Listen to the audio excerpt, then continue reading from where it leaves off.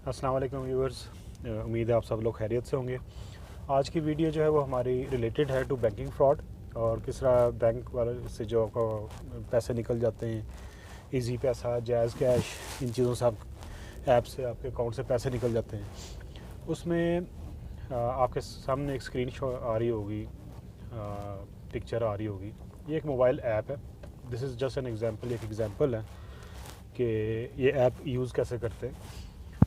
ठीक है, call from और टू, कॉल फ्रॉम में जो भी नंबर लिखा जाएगा उस वो बैंक का हेल्पलाइन नंबर हो, इजी पैसा, जैज़ कैश का हेल्पलाइन नंबर हो, कोई भी हेल्पलाइन नंबर हो, उससे आपको कॉल आएगी और आपको वो तसल्ली करवाएंगे कि देख लें हम जो है वो ऑफिशियली आपको कॉल कर रहे हैं, बैंक से कॉल कर रहे हैं या आपको इजी पैसा, जैज़ कैश हेल्पलाइन से कॉल कर रहे हैं। उनको सिर्फ एक चीज़ रिक्वायर्ड होती है, वो आपको डराएंगे, आपका अकाउंट ब्लॉक हो जाएगा, ये कर देंगे, वो कर देंगे अगर आप शेयर नहीं करते तो।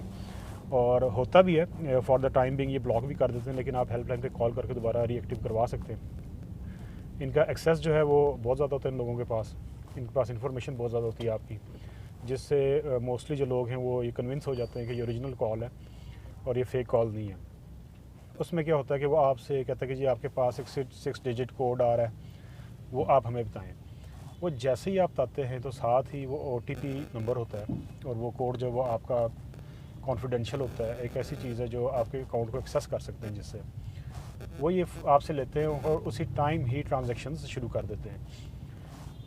और वो होता क्या है कि वो किसी के जायज़ अकाउंट में जा रही है, जो मर्चेंट अकाउंट होता है, किसी के इजी पैसा मर्चेंट अकाउंट में, किसी के बैंक अकाउंट में पैसे जाते हैं और वो वहाँ पे बंदे बैठे होते हैं निकलवाने वाले, और वो निकलवा भी लेते हैं, उनके लिए मसला नहीं होता। ठीक है, OTP नंबर एक ऐसा आपका कोड है जो आप जैसे ही शेयर करते हैं, जहाँ पे शेयर करते हैं, वैसे ही आपकी ट्रांजैक्शन शुरू हो जाती हैं। और मोस्टली होता ये है कि जो जैज़ कैश अकाउंट होल्डर जिनके अकाउंट में ट्रांजैक्शंस हुई हैं, वो भी विक्टिम ही होते हैं, उनको भी नहीं पता होता कि ये पैसे कहाँ से आ रहे हैं। एक दोस्ती बनती है, वो कहता है कि जी हमारे ये पैसे आ रहे हैं तो आप मेहरबानी करें अपने अकाउंट में मंगवा लें और हमें निकलवा दें।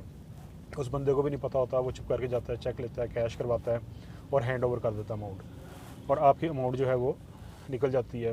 वो भी फंस जाता है, आपकी ज़ाहिर बात है, फिर आपकी भी दौड़ने लगती हैं, फिर आप FIU में एप्लीकेशन देते हैं साइबर क्राइम में, और फिर वो आगे प्रोसीड करते हैं, डाटा मंगवाते हैं, तो अल्टीमेटली वो भी बंदा फंसता है। तो इसमें जो एहतियात करनी है वो यही करनी है कि आपने कोई भी ऐसी कॉल आए, उस कॉल को रिसीव करें ज़रूर, लेकिन उस पर किसी चीज़ की कोई इन्फॉर्मेशन किसी भी तरह की अपनी शेयर नहीं करनी।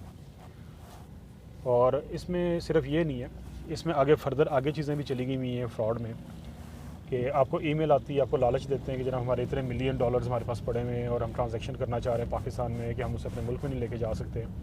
ऐसे भी केसेस मैंने देखे हैं। और अभी रिसेंटली जो मैंने चीज़ देखी है वो 2 से 3 केसेस ऐसे मेरे सामने आए जिसमें थ्रू बैंक जो ट्रांजैक्शन हुई है, ATM ट्रांजैक्शन, वो थंब इम्प्रेशन से हुई हुई है, और जो अकाउंट होल्डर है वो कहता है जी मैंने तो ये किया ही नहीं है। अब लेट्स सपोज एक लाहौर में अकाउंट होल्डर बैठा हुआ है और उसकी ट्रांजैक्शन झंग में हो रही है, और बाद में पता लगता है कि जी जब वो डिटेल्स निकलवाते हैं ये तो वाया थंब इम्प्रेशन हुई है।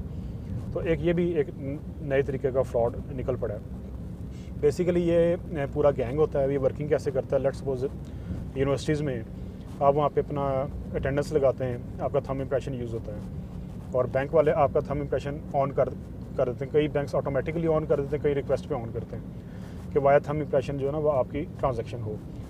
अब उसमें वो सिलिकॉन लगा देते हैं, आपकी यूनिवर्सिटी या ऑफिस है जहाँ पे भी है वहाँ पे सिलिकॉन लग जाती है, और वो सिलिकॉन पे आपका इम्प्रेशन आ जाता है। जैसे ही आप प्रेस करते हैं, इम्प्रेशन आपका प्रिंट हो जाता है सिलिकॉन पे, और उसके फ़ौरन बाद ही आपका जो है वो उसका करके सिलिकॉन की स्टैम्प बना के फिर उसको यूटिलाइज़ करते हैं। तो इस चीज़ का भी आपने एहतियात करनी है कि आप जब भी अटेंडेंस लगाएं तो नाखून मार के चेक कर लें कि आपके वहाँ पे कोई सिलिकॉन वगैरह तो नहीं लगी हुई।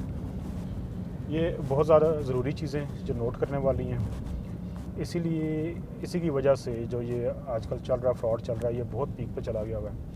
आपने किसी की बात नहीं माननी, किसी की लालच में नहीं आना, और आपने अपने जो इन्फॉर्मेशन है उसको सेफ़ एंड सिक्योर रखना है, किसी से शेयर नहीं करनी। आप जैसे ही शेयर करते हैं वैसे ही आपका जो आगे सारे अकाउंट्स में एक्सेस आ जाता है।